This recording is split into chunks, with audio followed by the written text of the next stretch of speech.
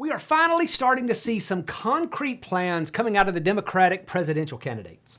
Senator Bernie Sanders released his a few months ago, but now Senator Elizabeth Warren has taken the cover off of her plan as well. In today's video, I want to summarize the high points of that plan and tell you what you need to know. Stay tuned.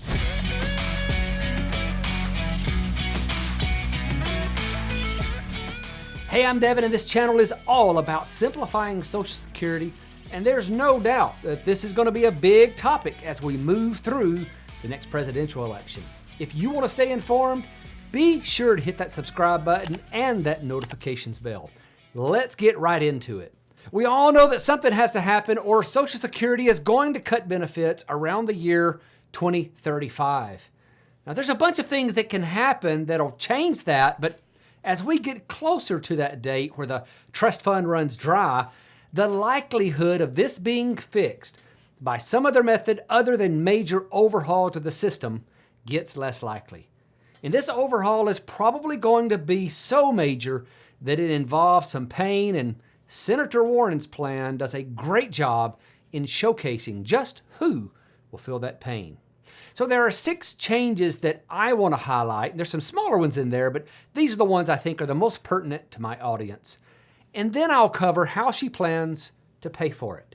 In the description below, as I always do, I'll put some resources so you can read up on this entire plan. And as always, when we're talking about political issues, this is a no opinion zone. Now, you're welcome to have your opinion in the comments below, but I am presenting this without opinion. It's not that I'm scared to have an opinion. I just don't see the need to color the specifics of this proposal with any bias that I may have. The first thing that'll change is that everyone's benefit will increase by $200. Now, I saw the term somewhere that said an average of a $200 increase in one publication. I can't remember where it was, but in Senator Warren's description of this, she simply says, "My plan increases Social Security benefits immediately by $200 per month." So it appears that this will be an across-the-board increase and everyone will get it. The next change that's similar to other proposals that we've heard is to switch the measurement that the annual cost of living adjustment is based on. Currently, the cost of living adjustment is calculated with the CPI-W. Now, this method has been criticized for not taking into account all of the expenses that retirees' households have and saying that it's not the same as a working person. The Bureau of Labor Statistics, on an experimental basis, has kept up with a measurement called the CPI-E for several years. And in this measurement, they use expenses that are specific to households where at least one member is over the age of 62. From December of 1982 all the way through 2011, the CPI-E rose at an annual average rate of 3.1% compared with 2.9% for the current measurement method, the CPI-W. And when you look at a side-by-side comparison, it's easy to see where a retiree's expenses are different. Just look at the green bars. That represents the expenses of an individual over the age of 62, and you'll quickly see that housing and medical care take up a lot more of a retiree's income.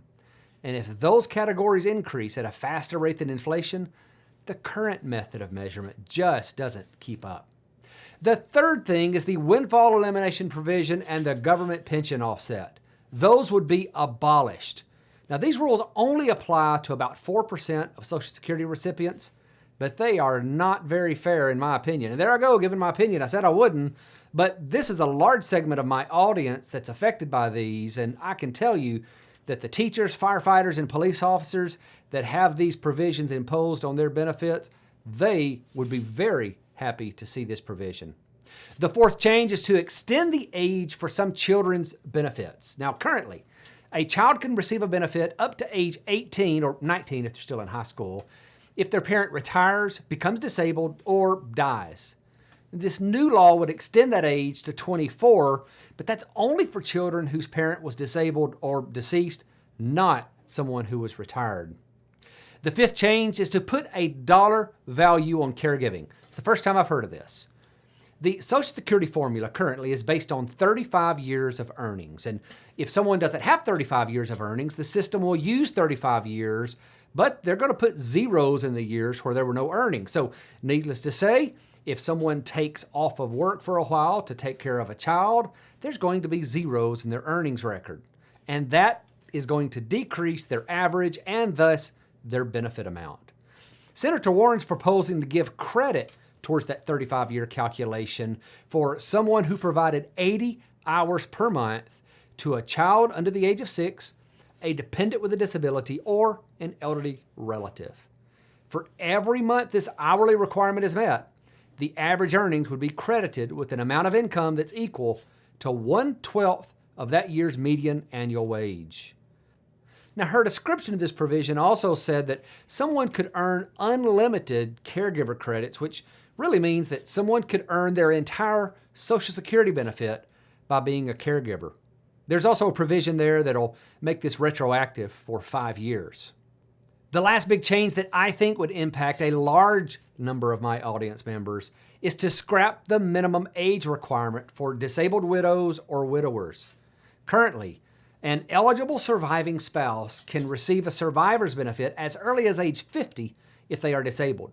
But this change would make a survivor's benefit available at any age if you were a disabled surviving spouse. So, how does she propose to pay for all of this? Well, there's a few things here. There's really 3 main revenue sources. First, the maximum wage base would be changed significantly. Right now, you only pay the 12.4% Social Security tax on the first $132,900 in wages. Now, if you're an employee, you only pay half of that, and your employer pays the other half. The dollar amount of maximum wage base generally increases on an annual basis, and that's in response to the average wage index. None of that would change. What would change is a new tax for those who are $250,000 and up in income. Instead of the 12.4% tax, it would be 14.8%. And unlike some of the other proposals, Senator Warren's plan would not credit any of those additional taxes to a future Social Security benefit. The next part of this would be to close the so-called S-Corp loophole that allows self-employed people to reclassify part of their income into payments that are not taxed for Social Security purposes. Now, I've seen various numbers on the type of revenue this would generate, but from what I can tell in her proposal, this revenue would go directly into the Social Security Trust Fund. The last revenue source would be an additional 14.8% tax on investment income for single filers earning more than $250,000 and joint filers earning more than $400,000. Currently, capital gains and dividends are not subject to Social Security taxes. This would change that. So what would all of these changes get us? Well, the life of the Social Security Trust Fund would be extended by an additional 20 years. Again, an opinion coming here after I said I wasn't. It's my second time, but I don't think that's long enough for changes this drastic, but I do think that that's the shape the system is in now, where a major overhaul is only buying a few extra years. Now, I do want to hear from you. Of all of these changes, which do you like the least and which do you like the most? Put your thoughts in the comments below, and I look forward to reading those too. And I do read them all. I don't get the chance to respond to all of them, but I do enjoy reading your comments. So before you leave, I want to remind you that we've recently opened up a free Facebook members group. If you have some lingering questions, post them there. There's some really smart people in the group, and you'll probably get some help if you post your question. And as always, thank you for watching. Have a fantastic day.